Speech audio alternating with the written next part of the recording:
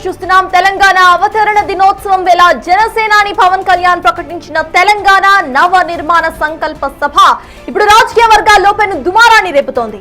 ఒకవైపు ఉత్సవాల సందడి ఉంటే మరోవైపు పవన్ సభ వెనుక ఉన్న వ్యూహాలపై అటు మేధావుల్లో ఇటు సోషల్ మీడియాలో రకరకాల ప్రశ్నలు తలెత్తుతున్నాయి. రాష్ట్రం ఏర్పడి 12 ఏళ్లు గడిచిన తర్వాత పవన్ కళ్యాణ్ నవ నిర్మాణం అనడంపై విమర్శలు వ్యక్తమవుతున్నాయి.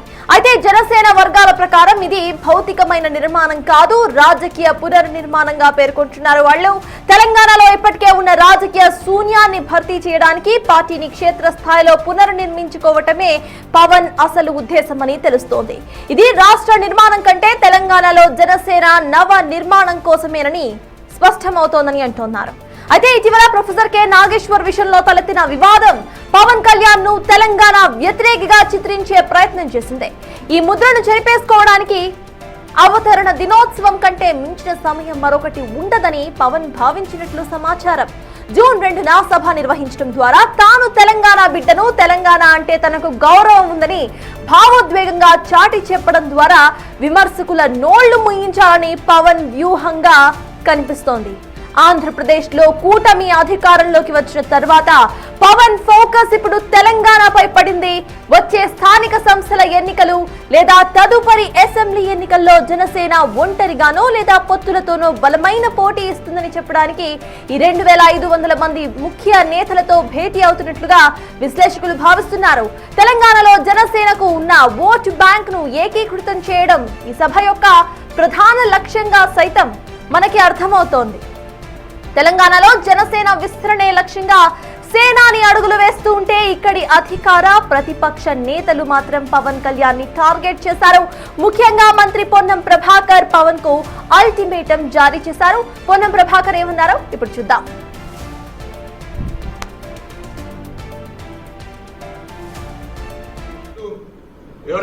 కొండగట్టు అంజనేయ స్వామికి సంబంధించి ఈరోజు ఎవరైనా దేవాలయానికి పోతే రైట్ ఒక పెద్ద కార్యక్రమం చేసుకుంటారు.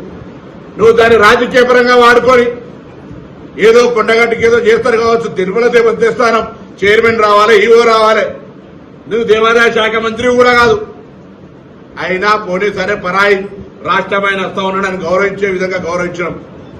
ఇలా ఎందుకు మేము మాట్లాడుతున్నామంటే తెలంగాణ కోసం పార్లమెంటు సభ్యుడిగా ఆనాడు సకల జనుల సమ్మె ద్వారా తెలంగాణ అందరూ కూడా తెలంగాణ కావాలని అడిగినాం, పోరాటం చేసినాం. ఇవాళ తెలంగాణ పోరాట యోధులుగా అమరవీరులు కావచ్చు లేదా పూర్తి స్థాయిగా ఇబ్బంది పడ్డటువంటి వాళ్ళు, కేసులు ఇతరత్ర ఉన్నటువంటి వాళ్ళని గుర్తించి గౌరవించాలి, గుర్తింపాలని ఒకవైపు తెలంగాణ ఉద్యమకారులను గుర్తింపు గౌరవాన్ని ఇచ్చే కమిటీ ఏర్పాటు చేసుకొని ఇక్కడ మనం మరోవైపు టీఆర్ఎస్ అధ్యక్షురాలు కవిత సైతం పవన్ లోకేష్ లను టార్గెట్ చేస్తూ పవర్ఫుల్ వార్నింగ్ ను ఇచ్చారు. ఆవిడేమన్నారో ఇప్పుడు చూద్దాం. గత 10 ఏళ్లలో 12 ఏళ్లలో అంతకుముందున్న ప్రభుత్వం అధికారంలో ఉన్నప్పుడు ఏమైంది ఏం కాలేదని పక్కన పెడితే ఒక భయం ఉంటుండే. ఒక లైన్ దాటొద్దు, తెలంగాణ వాదాన్ని కించపరిచే విధంగా వ్యవహారం చేయొద్దు అనే ఒక భయం, ఒక కట్టుబాటు ఉండే. ఇప్పుడేం జరిగింది? ఎక్కడ పడితే అక్కడ అడ్డగోలుగా ఆంధ్రోళ్ళ విగ్రహాలు పెట్టుకుంటూ ఎక్కడ పడితే అక్కడ ఎవరు పడితే వాళ్ళు ఇష్టం వచ్చినట్టు మాట్లాడరు. అయితే ఆ మాట్లాడడం వెనుక కూడా ఉట్టిగా ఆషామాషిగా జరుగుతలేదు. దాని వెనుక ఒక కుట్ర ఉంది, అది మనం గమనించాం. మహానాడులు ఏం మొదలుపెట్టిరు? తెలంగాణ పదం డిక్షనరీని లేదని మన తెలంగాణతోనే అనిపించింది. ఇవి మెడకాయని తలకాయ ఉన్నాడు, ఎవడని డిక్షనరీ లేదంటాడా తెలంగాణ పదం? ఏడున్నది తెలంగాణ? రాజ్యాంగం చెప్పింది, భారత రాజ్యాంగం చెప్పి రాష్ట్రం ఇచ్చింది. ఎవడు డిక్షనరీలో ఆంధ్ర డిక్షనరీలో ఉందా లేదా మాకు అవసరం లేదు. వెంటనే మంత్రి లోకేష్ గారు ఏమంటారు? మేము తెలంగాణలోకి విస్తరిస్తున్నాం అంటారు.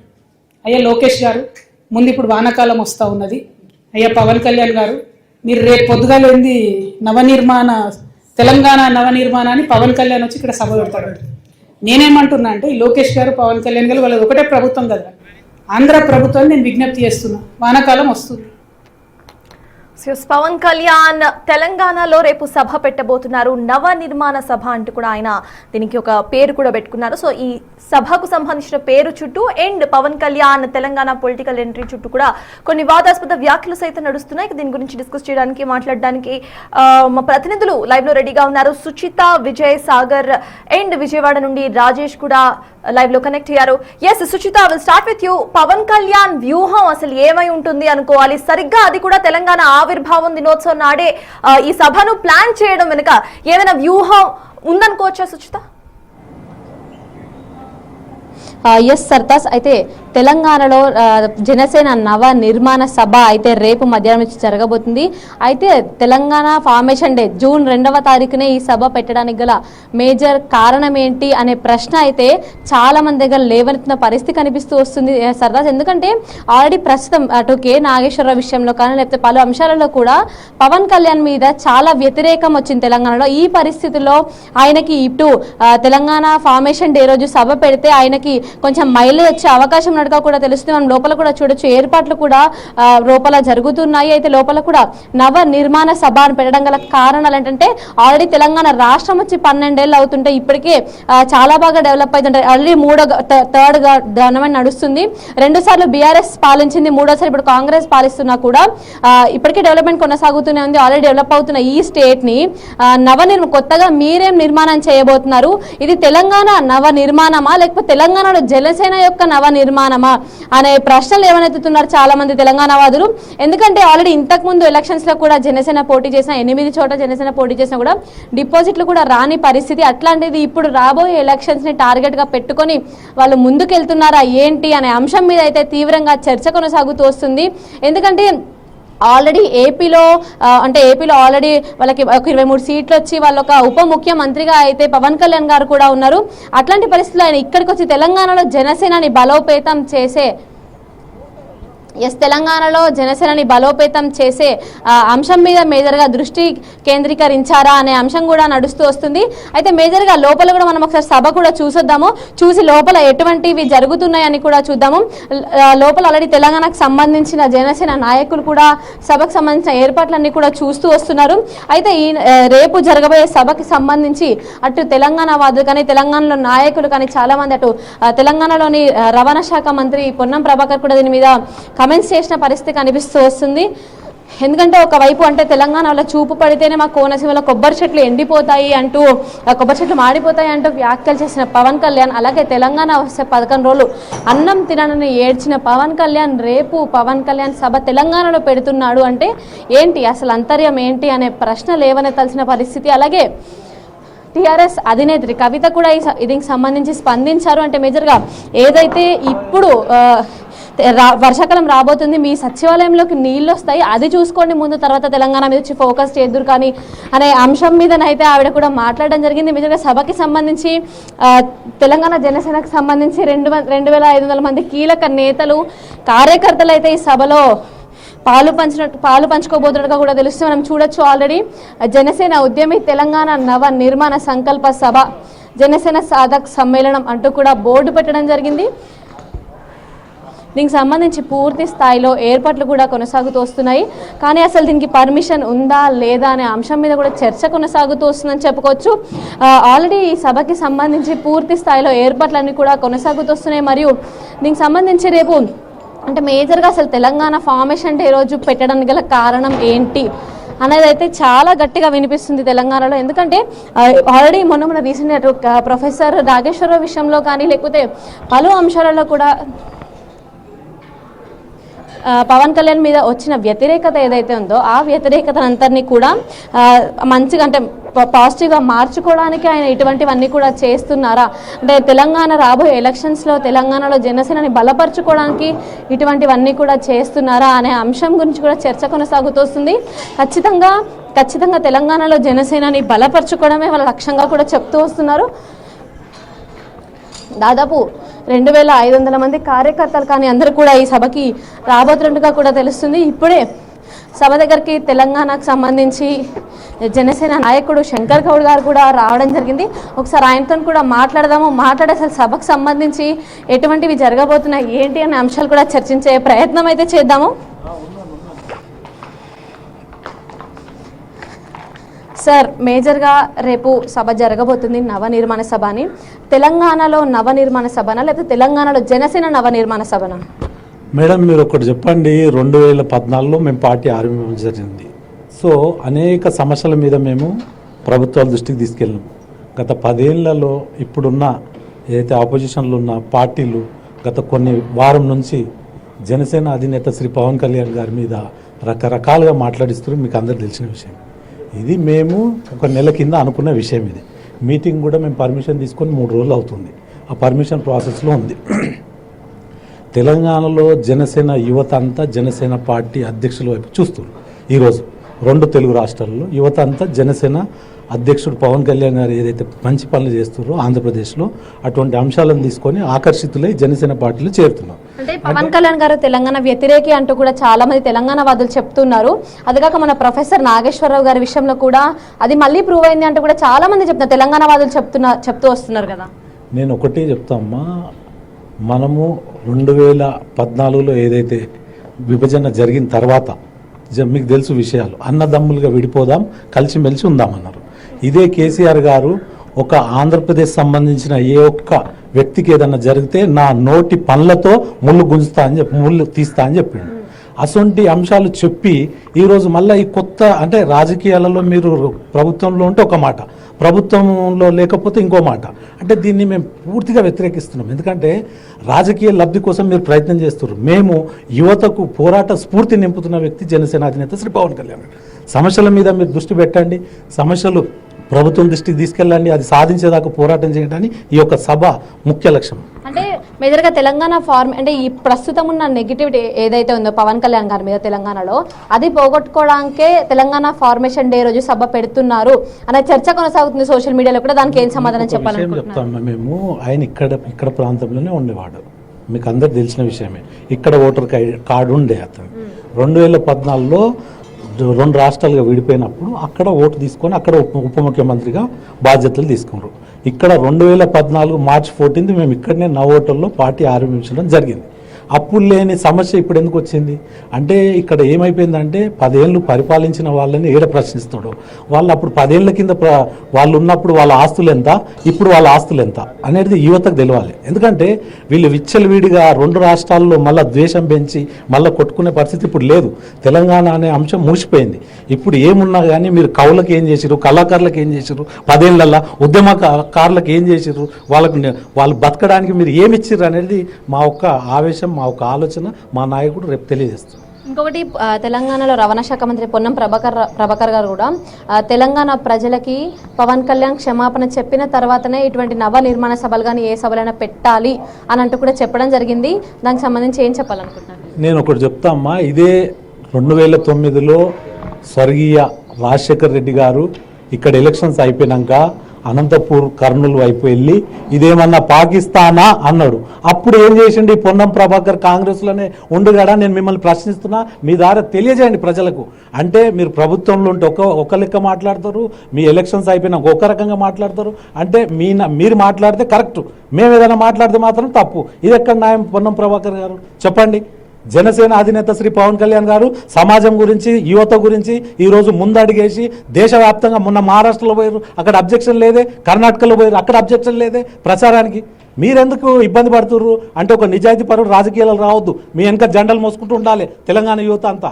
ఖబర్దార్ పొన్నం ప్రభాకర్ నువ్వు ఈ రకంగా మాట్లాడితే రాబోయే రోజుల్లో నీ సీటు గలత అయిపోతుందని మీ ద్వారా తెలియజేస్తున్నాను. Thank you sir.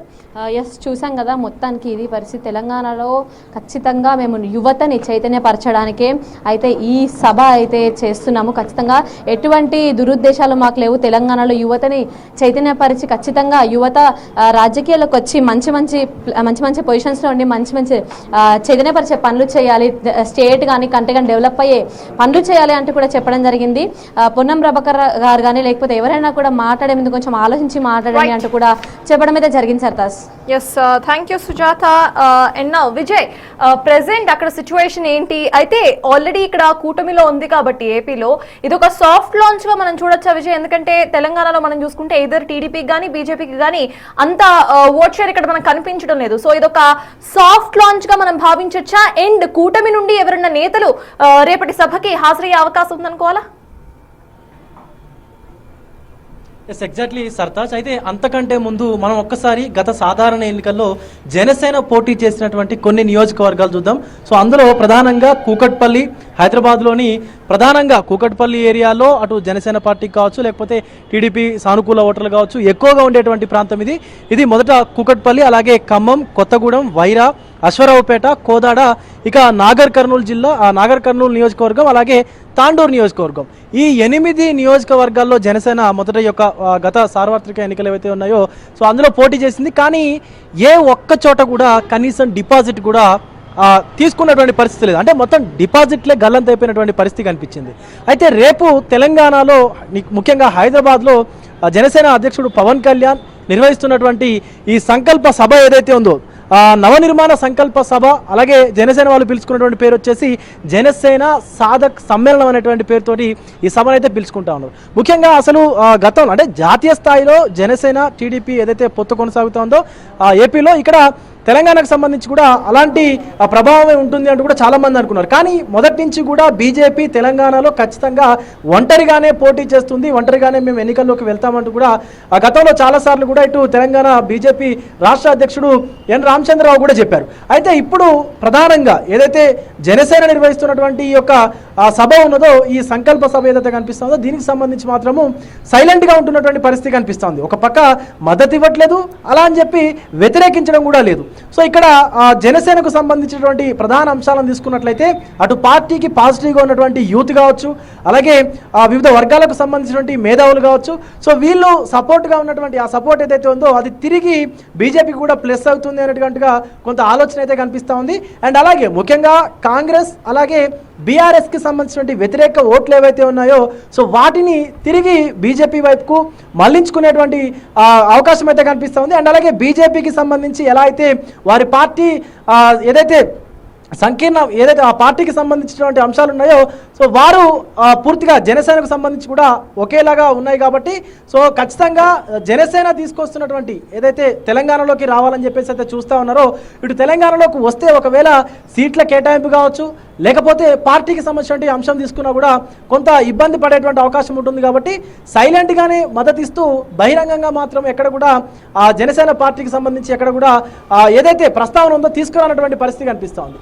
సో ముఖ్యంగా మనం చూసుకున్నట్లయితే సో లోకల్ లీడర్లు కూడా అంటే బీజేపీకి సంబంధించినటువంటి లోకల్ లీడర్లు కూడా కొంత అంతర్గతంగా అక్కడికక్కడ జాగ్రత్తలు పడుతున్నటువంటి సిచ్యువేషన్స్ కూడా కనిపిస్తూ ఉన్నాయి. ఎందుకంటే తెలంగాణలో ఒకవేళ జనసేన యాక్టివ్ అయితే కనుక బీజేపీకి సంబంధించి ఎలాంటి పరిస్థితులు ఉంటాయో తెలియదు. కాబట్టి సో బీజేపీకి సంబంధించిన నాయకులు కూడా అంతర్గతంగా కొంత ఏదైతే వాళ్ళ పరిస్థితులను చక్కదిద్దుకోవడానికి కూడా చూస్తున్నటువంటి పరిస్థితి కనిపిస్తూ ఉంది. అలాగే మొదటి నుంచి కూడా ఇటు ఎన్డీఏకి సంబంధించి మిత్రపక్షంగా ఉంటున్నటువంటి జనసేన ఏదైతే ఉందో సో గతంలో మనం చూసాము మున్సిపల్ ఎన్నికల సమయంలో కూడా ఇటు జనసేన నాయకులు కావచ్చు, ఇటు బీజేపీ నాయకులు కావచ్చు, సో వారి ఏదైతే ఎన్నికలకు సంబంధించిన అంశాలను కూడా అంటే మాట్లాడుకున్న తర్వాత ఒక నిర్ణయానికి వచ్చి ఒక అండర్స్టాండింగ్కి వచ్చి ఎవరిది వారు సపరేట్గా ఉండాలి అంటూ కూడా చూసినటువంటి పరిస్థితి కనిపించింది. సో ఇక్కడ ముఖ్యంగా ఏదైతే ఇప్పటికే బీఆర్ఎస్ కొన్ని చోట్ల ఎక్కడైతే మైనస్గా ఉందో సో బలహీనంగా ఉందో ఆ చోట్ల ఖచ్చితంగా బీజేపీ పుంజుకోవాలని చూస్తూ ఉంది. సో ఇటు ప్రధాన ప్రతిపక్ష హోదాకి బీజేపీ రావాలని చూస్తూ ఉంది. కాబట్టి సో ఇటు జనసేనకు సంబంధించినటువంటి అంశము బీజేపీ ప్రధానంగా అయితే ఇప్పుడు హైలైట్ చేయకుండా సైలెంట్గా ఉంటున్నటువంటి పరిస్థితి కనిపిస్తూ ఉంది. కాబట్టి సో ముఖ్యంగా రేపు జరిగేటువంటి ఈ జనసేన సభ ఏదైతే ఉందో, ఈ యొక్క నవనిర్మాణ సంకల్ప సభ ఏదైతే ఉందో ఈ సభకు సంబంధించి కేవలం జనసేన నాయకులు మాత్రమే హాజరయ్యేటువంటి అవకాశం కూడా కనిపిస్తుంది. ఒకవేళ కనుక పిలుపు అందితే ఇటు రాష్ట్ర అధ్యక్షుడు ఇటు ఎన్ రామచంద్రరావు కూడా వెళ్ళేటువంటి అవకాశం ఉంది. కానీ ఆయన మొదటి నుంచి కూడా మేము ఎవరితో పొత్తు పెట్టుకోము, ఈవెన్ ఏపీలో ఉన్నటువంటి పొత్తు అది వేరే కొనసాగుతా ఉంది, అది జాతీయ స్థాయిలో ఉంది. కాబట్టి సో దానికి మాకు సంబంధం లేదు, మేము సింగిల్గా ఇక్కడ పోటీ చేస్తామంటూ కూడా చెప్పుకొచ్చినటువంటి సిచ్యువేషన్స్ ఉన్నాయి. సో ఇటు అసలే డిపాజిట్లు కోల్పోయినటువంటి సిచ్యువేషన్లో ఉన్న జనసేన పార్టీ ఇప్పుడు తిరిగి తెలంగాణలో యాక్టివ్ అవ్వాలని చూస్తూ ఉంది. కాబట్టి అంటే చూద్దాం ఏం జరుగుతుందో అన్నట్టుగానే బీజేపీ ఉంది తప్ప ఎక్కడ కూడా ప్రత్యక్షంగా మద్దతు ఇస్తున్నట్లయితే కనిపించట్లేదు. సో దీన్ని బట్టి చూస్తే కనుక ఖచ్చితంగా జనసేన ఒకవేళ తెలంగాణలో తిరిగి యాక్టివ్ అయితే పరిస్థితి ఎలా ఉంటుంది అనేది కూడా ఒక అంచనాకి బీజేపీ ఇప్పటికే వచ్చినట్టుగా అయితే కనిపిస్తూ ఉంది. సర్తాజ్.